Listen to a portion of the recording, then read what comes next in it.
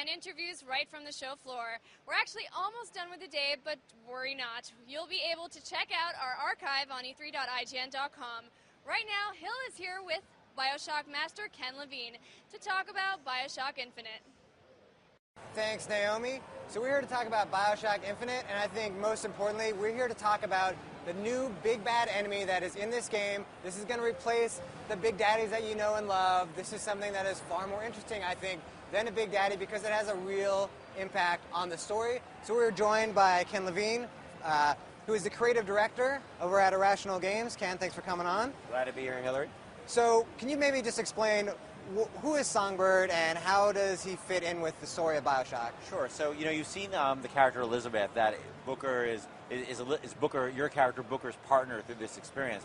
Well, you busted Elizabeth out of this tower that she was trapped in since she was a little girl, since she was around 5 years old. And in that tower, her only friend, her only companion, and her jailer was this thing called the Songbird, this giant, 20-foot tall bird-like creature. And they have a complicated relationship, And I think if you've ever known people who've been in a sort of like an abusive relationship, they can get very, very, very complicated. And, this is the thing that brought her food, that brought her books, but also kept her there for her whole life. And all Elizabeth wants is to be out in the world. What does any young person want? They want to fulfill their destiny. They want to control their destiny. And the Songbird's mission in life now is to get her back to the tower and get her away from Booker. And there's a scene at the end of the demo where he finds them finally, and the whole demo is he's searching for them. And you start to learn more about the kind of strange dynamic in this relationship. I think part of the power of the demo really is that early on, Elizabeth tells Booker that, if anything should happen, and Songbird could get her way, she'd rather die than go back to her prison. And then maybe if you can explain, since we can't show the demo, maybe explain kind of what happens at the end of the demo to really kind of show this kind of sacrifice she makes. Well, spoiler alert for people who want to watch the demo. This is, we're sort of going to talk about some of the things that are in there and some of the surprises. But, basically the demo for me is about sacrifice. This part of the story, because this is actually part of the game. It's actually a portion of the game, an early version of a portion of the game, around a third of the way through. An important part of any relationship, forming relationship, is people do things for each other. They sacrifice for each other, and I think that's the theme of this demo. Is you learn that the last thing Elizabeth would ever want to happen to her, she'd rather die, is to go back to the tower. And the demo tells the story of, in order to protect Booker, what she'll do for him, the last thing she wants to do. And what's interesting, I think, when the Songbird finally appears, is he's almost like a jealous ex-boyfriend. He's not just this 30-foot tall bird creature, which is what he is. He's hurt and furious at her and at this guy who came and took her away. And Elizabeth, when she pleads with the Songbird not to hurt Booker and basically makes a deal with him that I'll go back with you if you spare him, the first thing she needs to do is, you've ever been in a fight with the girlfriend, or and they're mad at you and they don't want to look at you. So they look away, and the first thing you need to do is get in their eye line. You need to get their attention. You need to make them look at you. And there's this moment where Elizabeth's trying this huge creature, and it's like a fight between a fight to an arguing couple. And when I worked with John Mangagill, the animator, on who's this amazing animator we have, we talked about that. We talked about John, you've been in a fight with your girlfriend. This is what it's like, and he just nailed that. Because it's one thing for me to say that about doing that with a 30-foot tall bird creature. It's another thing to actually make it work. And and so we talked about Elizabeth driving the act. She's the protagonist. He's the antagonist.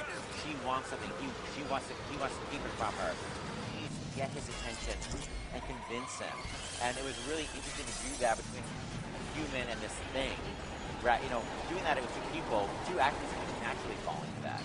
But to animate that in the context of Bioshock Infinite is a very different story.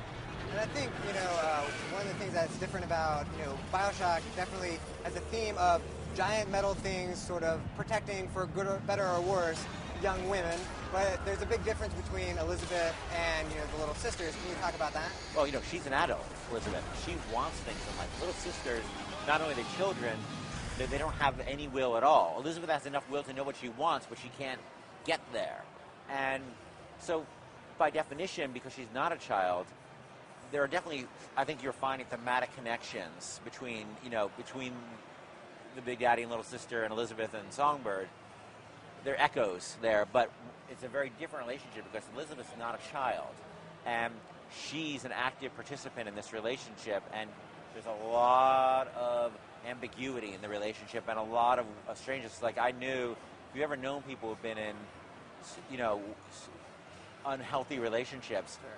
There's a lot of ties that bind those people together, and they're really hard to extricate a lot of times. And, to do that between a woman and his creature was really challenging. But, I think he has to fill that role in this story, and he does.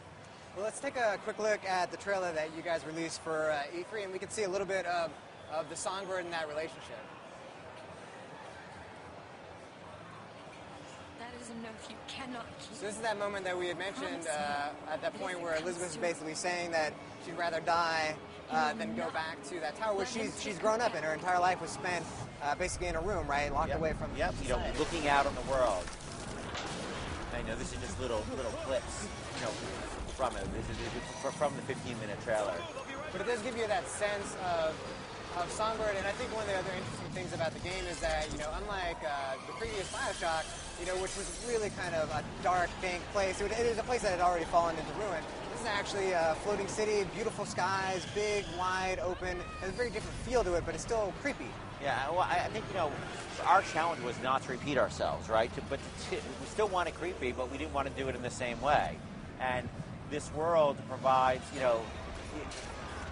if we're just going to do the same thing over and over again, we kind of die a little bit on the inside. But that means a risk, Hillary. That means that we got to try things that we don't know if are going to work. And that's why the point with these demos is we use these demos as ways to find the things that we're most scared of and confront them. Like these demos where we confront our demons, because we can't half-ass it and show it to the public and be like, oh, it's fine. They're going to tell us whether it's fine or not. And so we have to really make sure that we solve the problems we need to solve. So in this demo, skylines, Elizabeth, Songbird, all those things that we were really struggling with, we just had to make it work, and we had to figure it out for the sake of the game, and we're really happy with where we ended up. Awesome. Well, that was a quick look and a quick talk about Bioshock Infinite. Now you know all about the Songbird's role in the story and how he or it relates to Elizabeth and your main character, Booker. Thanks so much for Ken Lamine for coming to talk with us. Namu, take it away. That game really can't come out soon enough. And if you guys are excited about Infinite, be sure to let us know. Follow at IGN on Twitter.